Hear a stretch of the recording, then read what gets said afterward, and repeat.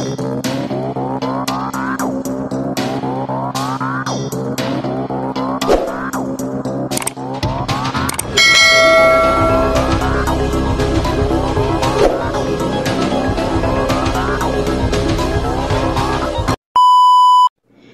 everyone! Welcome po sa akin channel! So, for today's video ay ipapakita ko po sa inyo kung paano po tayo magse-set up ng ating sound card. Yes po. So, ang nabiling sound card ni host ay set na po siya.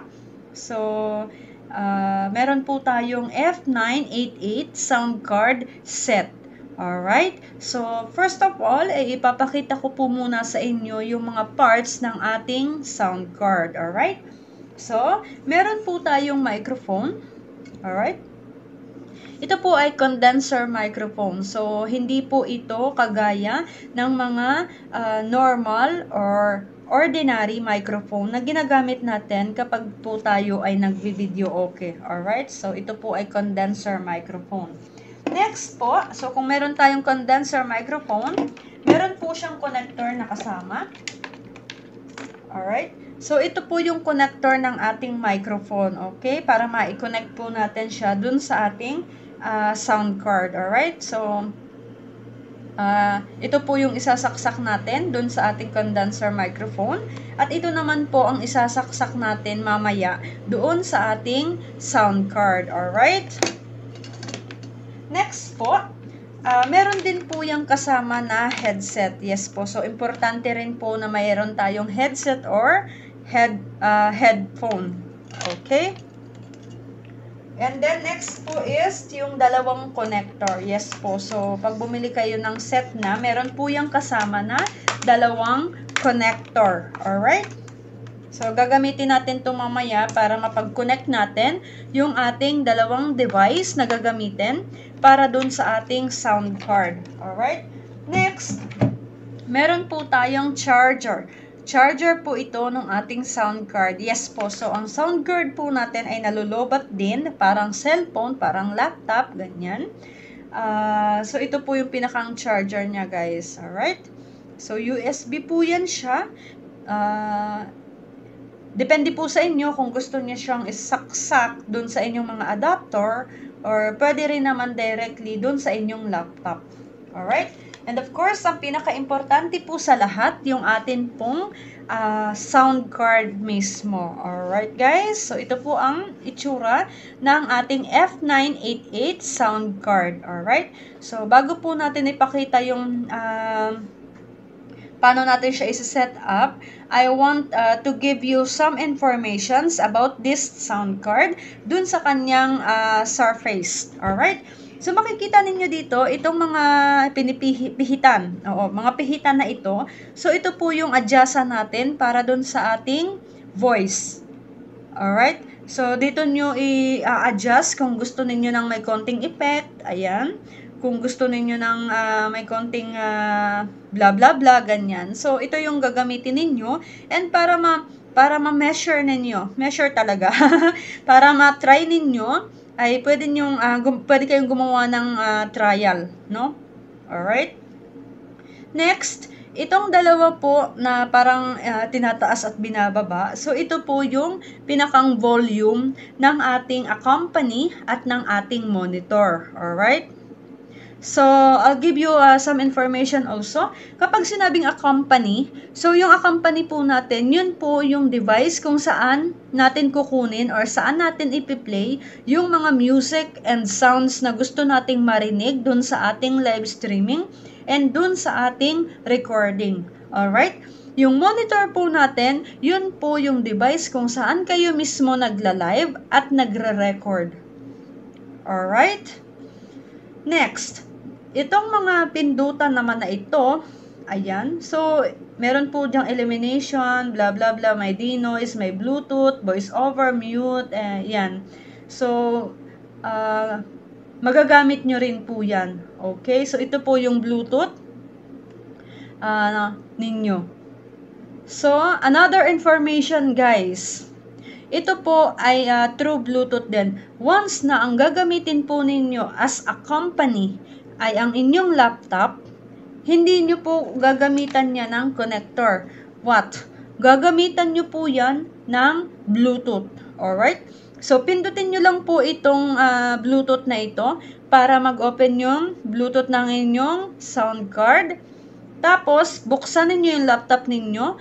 Go kayo sa Bluetooth. Hanapin nyo yung pangalan ng device ng inyong sound card. Alright? So, yung sound card po ni host, ito po ay, ang pangalan po ng kanyang Bluetooth ay, ng kanyang device ay F998. So, hanapin ko dun sa aking Bluetooth, sa aking laptop, F998. I-connect lang po natin. Kapag ka-connected na yan to your Bluetooth, maririnig na po dun sa inyong live at dun sa inyong recording yung voice at saka yung mga music na inyo pong ipi-play. Alright guys? Next, ito pong mga pindutan na ito na nasa taas, yung itim po. Yan. Yan po yung mga effect ng inyong voice. Like for example, gusto ninyo yung parang nagka-karaoke kayo, parang nasa videokehan kayo, yung ganon. Ayan, karaoke po yan. Parang nasa studio, ganon ang style. Tapos yung pro, ayan, may pop. Lahat po yan, pwede ninyong itry para malaman ninyo kung saan compatible yung voice ninyo or kung alin po yung mas gusto ninyo. Okay? Itong dalawang malaking pinipihit-pihit na yan, yan po yung adjustan or yung volume ng inyong microphone. Alright? So, dito po yung volume ng inyong microphone. Kung gusto nyo po ng sobrang lakas, ay di i-pull ninyo. Kung sakto lang, ganyan, pihit-pihitin nyo lang po. I-try nyo din po. And itong echo, so yung echo ng inyong microphone. So, malalaman nyo yan kapag na-set up nyo na siya at naririnig nyo na yung boses ninyo. Pwede nyo nang kalikutin yan para malaman ninyo kung alin po yung magandang sounds para sa inyo. Alright? Ito naman po, yan. So, kapag po kayo ay nagsasalita o kaya nagpi-play ng music, na ilaw po yan. So, nagbi-blink-blink yan, gumaganon-ganon ba? Ayan. So, ibig sabihin dyan, dyan nyo makikita kung gumagana yung headset ninyo, gumagana yung microphone, at gumagana po yung mga piniplay ninyo na music. Alright?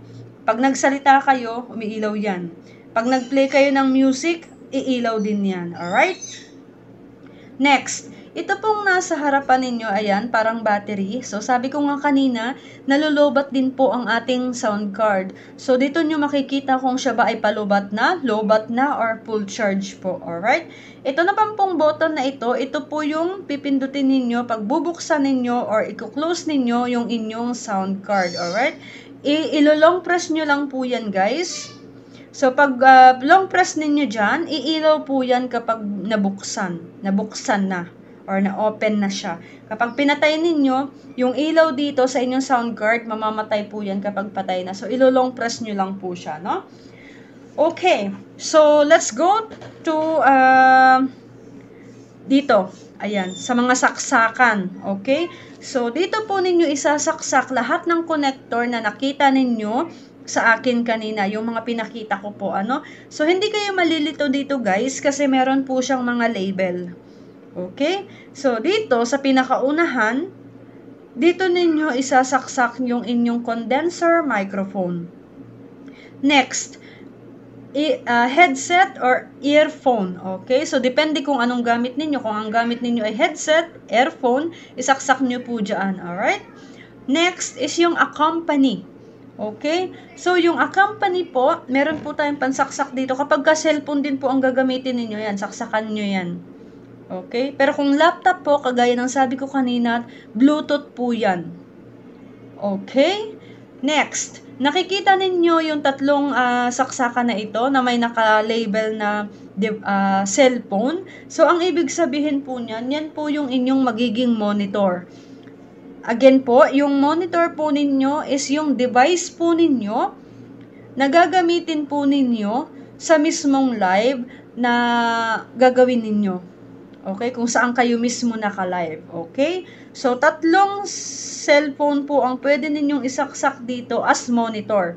Kung kayo ay naka-live sa TikTok, tapos naka-live kayo sa YouTube, tapos naka-live kayo kay Facebook, pwede po yan kasi 3 po yan. Pwede pong sabay-sabay yan, okay? Now, meron din po tayo ditong PC Live. So, iba po yung saksakan. Okay, guys?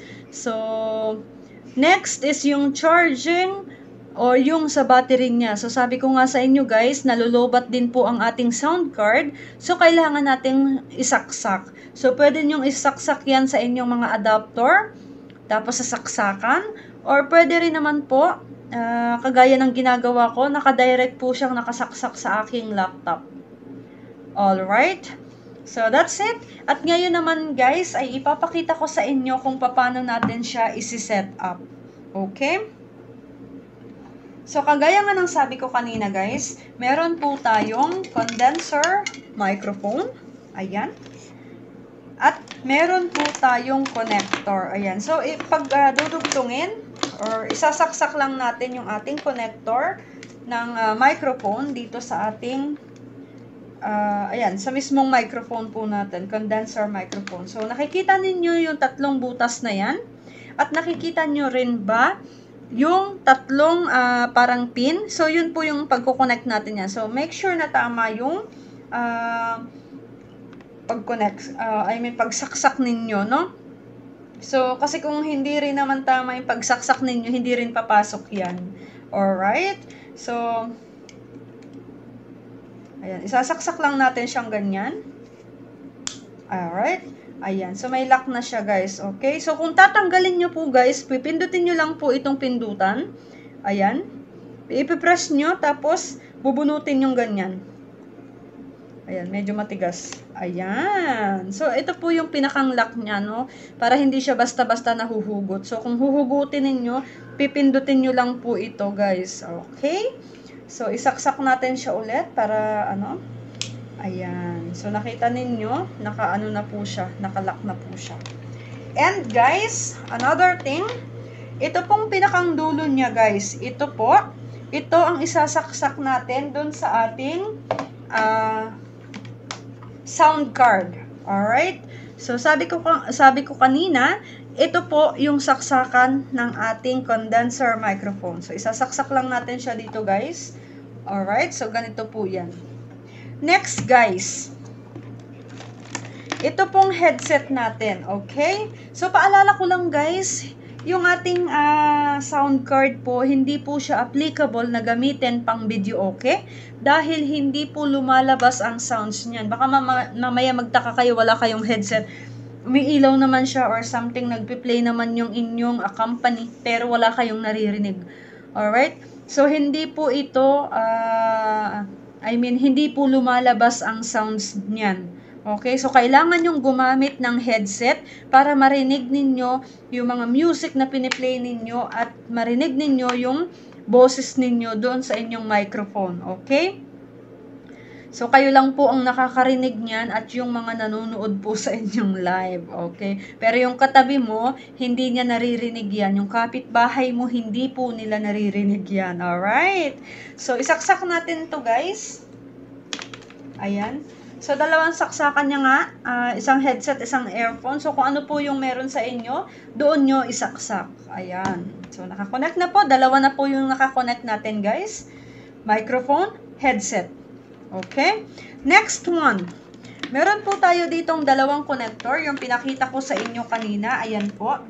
So, ito po yung gagamitin natin para mag-connect yung ating device na gagamitin for a company at for monitor. Alright? Pero sabi ko kanina, kapag laptop po ang gagamitin ninyo, guys, kailangan nyo po ay Bluetooth. Okay? I-connect nyo po sa Bluetooth yung inyong laptop kung yun po ang gagamitin ninyo as a company. Okay? Pero kung cellphone din po ang gagamitin ninyo as your monitor, ayan po, gagamit din po kayo ng ganito. Ano po? Okay. So, sabi ko nga, 3 monitor ang pwede ninyong gamitin. So, 3 kasi yan. Pwede nyong sabay-sabayin yan. Kung sabay-sabay kayong naka-live, ganyan, sa inyong mga social media platform. Alright? So, for example, I will make live with my YouTube channel. So, guys, for example, itong cellphone na ito, ang gagamitin ko po para sa aking live. Okay? So, magla-live ako kay YouTube. Tandaan po, yung monitor, yun po yung ating mismong live. So, isasaksak lang po natin itong connector na ito dito sa ating cellphone. Alright? So, nakasaksak na po yan. Dito po tayo magla-live, guys, ha? Dito po. Hindi po ito yung accompany natin. Tapos, pag na-connect na natin siya sa cellphone natin, i-connect din po natin siya dito sa ating sound card para marinig po dun sa ating live yung mga additional sounds